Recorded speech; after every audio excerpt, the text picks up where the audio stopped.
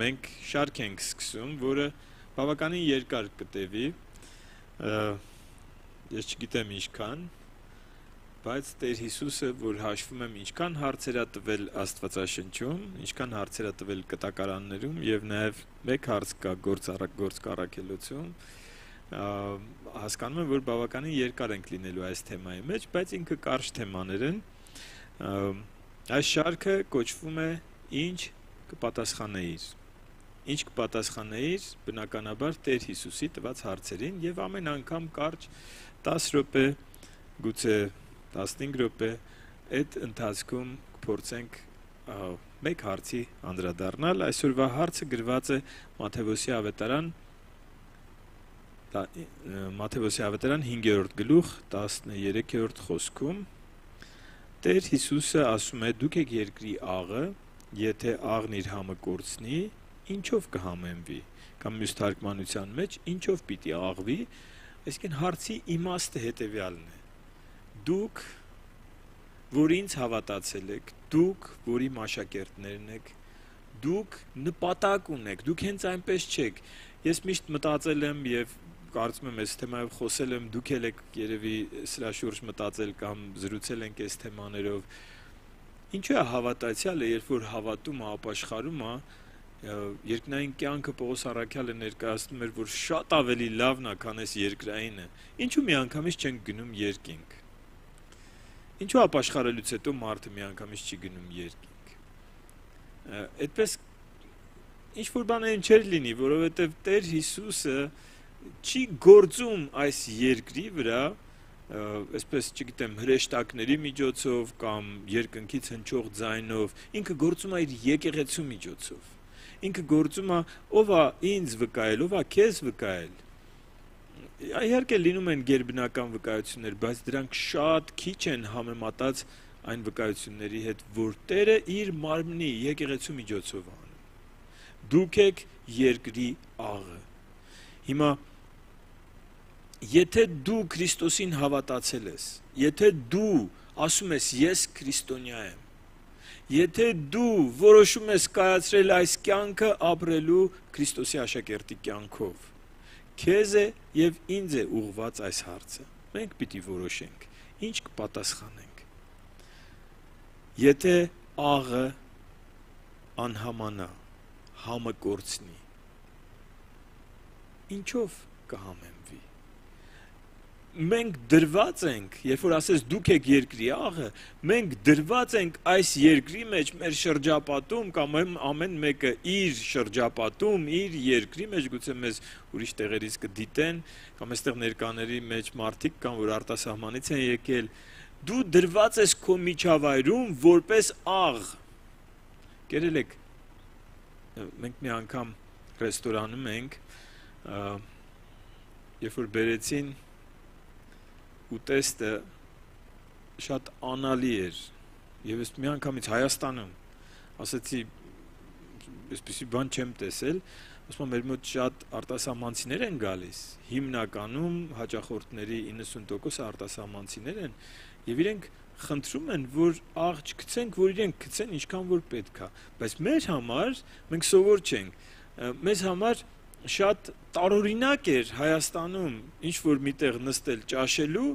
եւ անալի կերակուր են բերում, ասում են ինչքան կուզեք աղա ավելացրեք։ Այդ սուրճը հասկանում ենք, որ բերում են, ասում են եթե ինչ որ մեկը քաղցրով է խմում, ինչքան ուզում եք ավելացրեք, բայց ուտեստի մեջ մենք հիմա չեմ ուզում մեր քրիստոնեությունը այս ռեստորանի ուտեստի պես լինի։ Մենք պիտի համ տանք մեր շրջապատին։ Երբ որ համը կորցնում ես, ասում ես դե թող մեկ ուրիշը համ տա։ Չէ,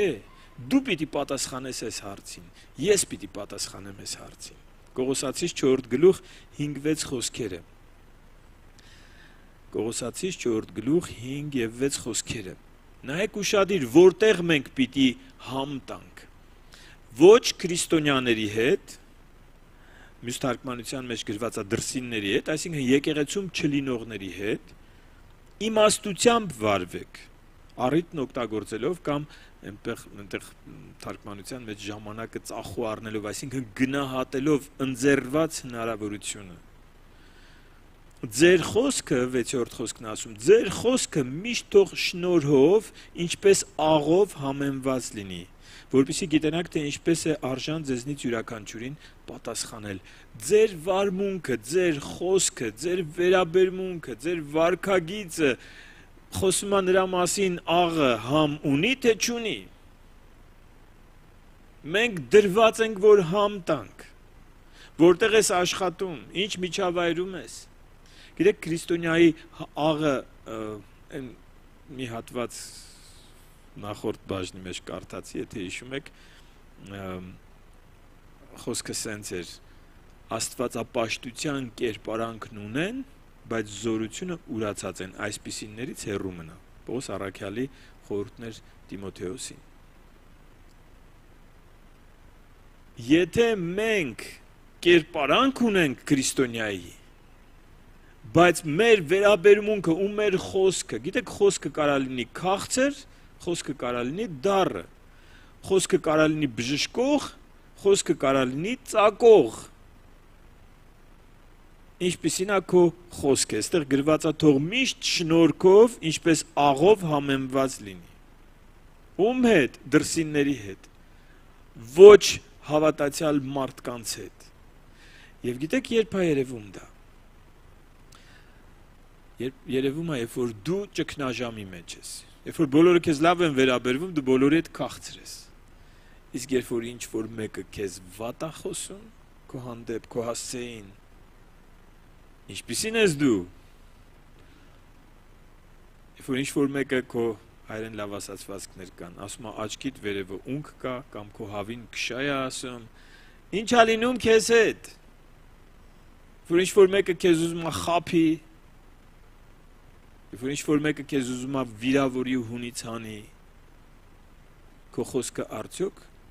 շնորհքով, ինչպես աղով համեմված է։ Սա ընդամենը խոսքը, բայց նաև սիրտը, վերաբերմունքը։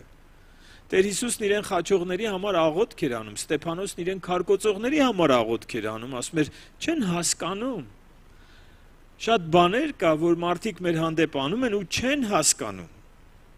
Մոլորված են, գերի են, գերի նկատի ունեմ ատելությանն են գերի, նախանձին են գերի,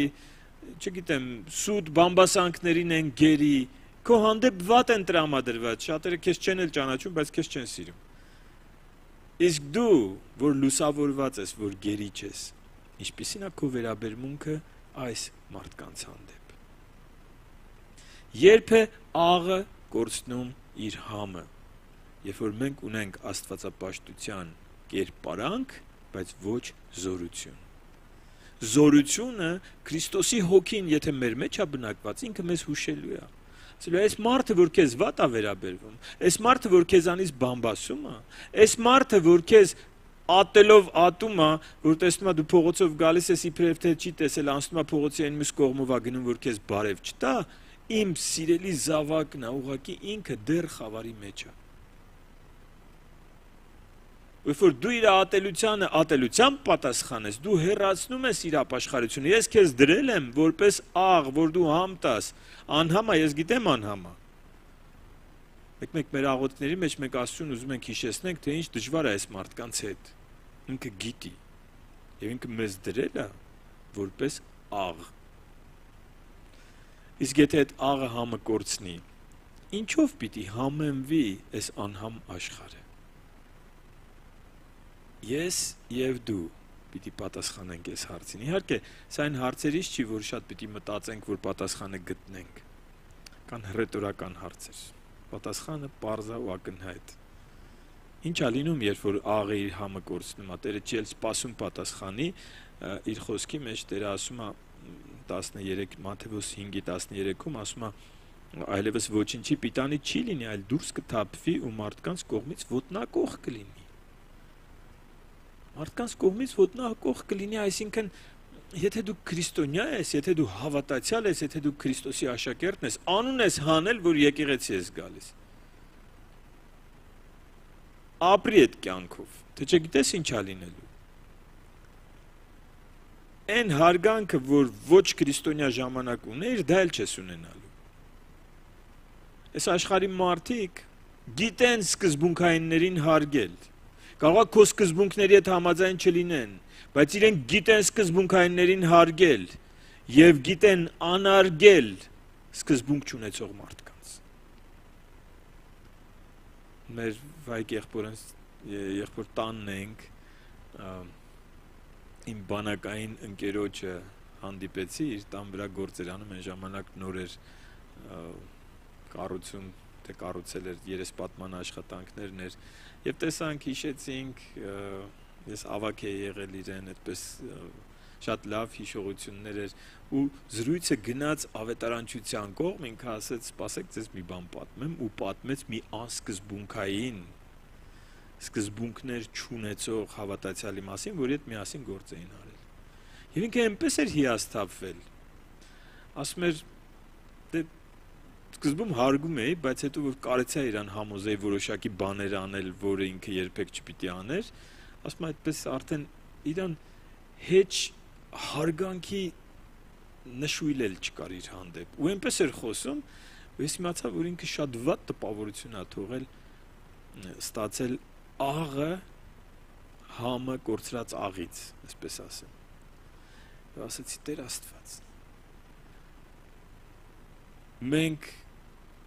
այսպես ամեն ջանք անում ենք, որ մի հոգի ապաշխարի, բայց երբ որ մի քրիստոնյա, որ չի կարողանում իր սկզբունքները պահի, եւ աշխարհիկ մարդիկ համոզելով իրան կարող են ստիպեն, որ ինքը անի մի բան, հետո հենց այս աշխարհիկ մարդիկ, որ իրան համոզում են, իրանց աչքից ես դու ընկնում։ Հասկանում եք ինչ է նշանակում մարդկանց կողմից ոտնակող կլինի։ Նախ ասում է դուք երկրի աղն եք,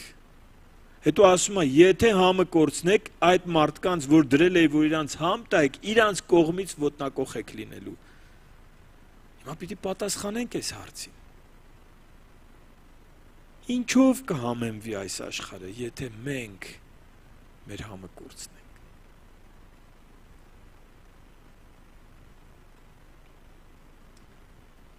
Ով պիտի կատարի եկեղեցու գործը։ Ինչ կլինի, եթե մի ժամանակ համ ու հոտ ես ունեցել, քրիստոնյայի համ ու հոտ, խանդավառություն, ուրախություն, խաղաղություն, սկզբունքայնություն, հիշում եք, չէ, Աստծո արքայությունը ուտելիք եւ խմելիք չի։ Աստծո արքայությունը արդարություն,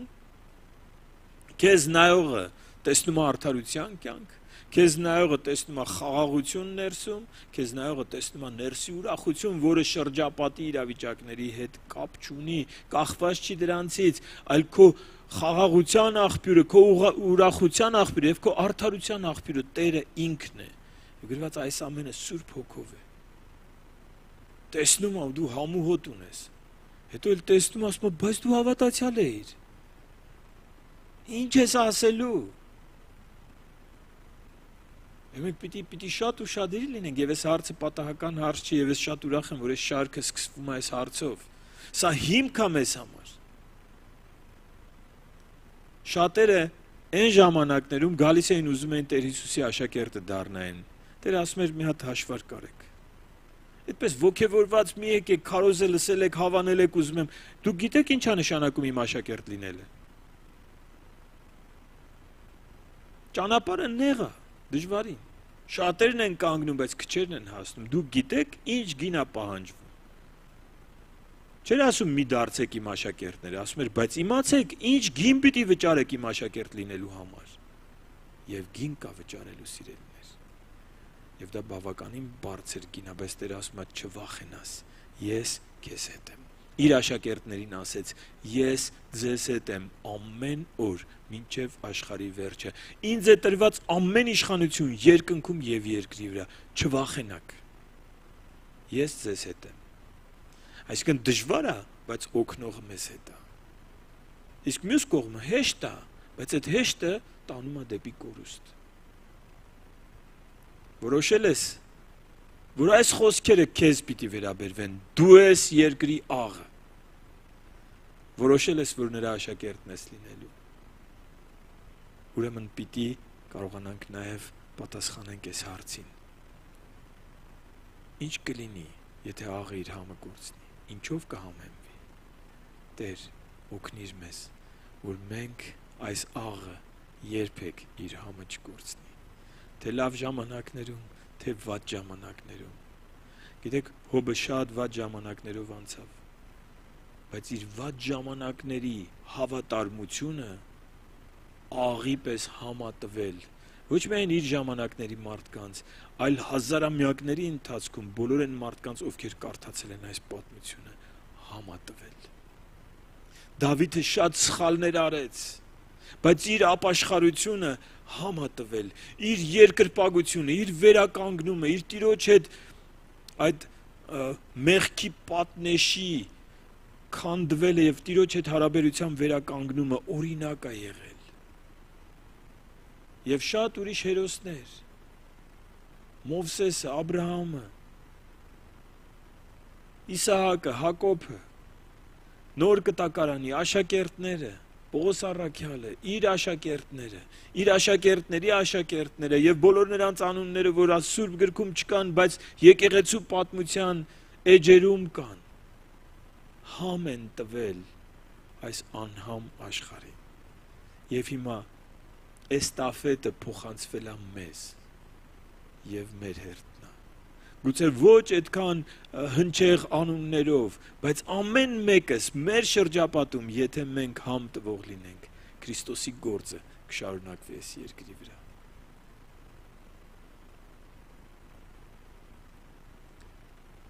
Կամ մենք կպահենք մեր համը, հայերեն լավ է հնչում համն ու հոտը։ Գիտեք, հոտը ես չեմ ավելացնում, գրված է դուք Քրիստոսի անուշ բույրն եք։ Բույրը պիտի տարածվի։ Այո, համն ու հոտը կամ կպահենք, կամ ոտնակող կլինենք, հենց այդ մարդկանց կողմից, ովքեր շատ են համոզում, որ մեր սկզբունքները թողնենք, հենց մեր շրջապատի մարդիկ, որ համոզում են հենց իրենց կողմից, հենց հաղթեցին, էլ իրանց համար հետաքրքիր չենք լինելու, կոտրվեցինք։ Մենք պիտի պահենք այն սկզբունքները, այն սրբության սկզբունքները, որ Տերը տվել է մեզ։ Եկեք կանգնենք աղոթքի։ Շնորհակալ ենք Տեր եւ աղոթում ենք, որ առաջնորդես մեզ այս շարքի մեջ եւ քո հարցերը Տեր թող արձագանքեն մեր սրտերում եւ ոչ միայն այս խոսքի ժամանակ, այլ մենք մտորենք Տեր մեր ներսը խորհի, մտորի, սրտով, էությամբ քո խոսքերի շուրջ եւ քո հարցերի շուրջ։ Այո Տեր, մենք չենք ուզում համը կորցնել եւ գիտենք, որ դու ամեն բան արել ես դրա համար եւ մենք էլ մեր բաժինը եւ մեր բաժինը հավատարմությունն է։ Քեզանից իմաստություն ենք խնդրում, որ հավատարմությամբ ապրենք այս երկրի վրա եւ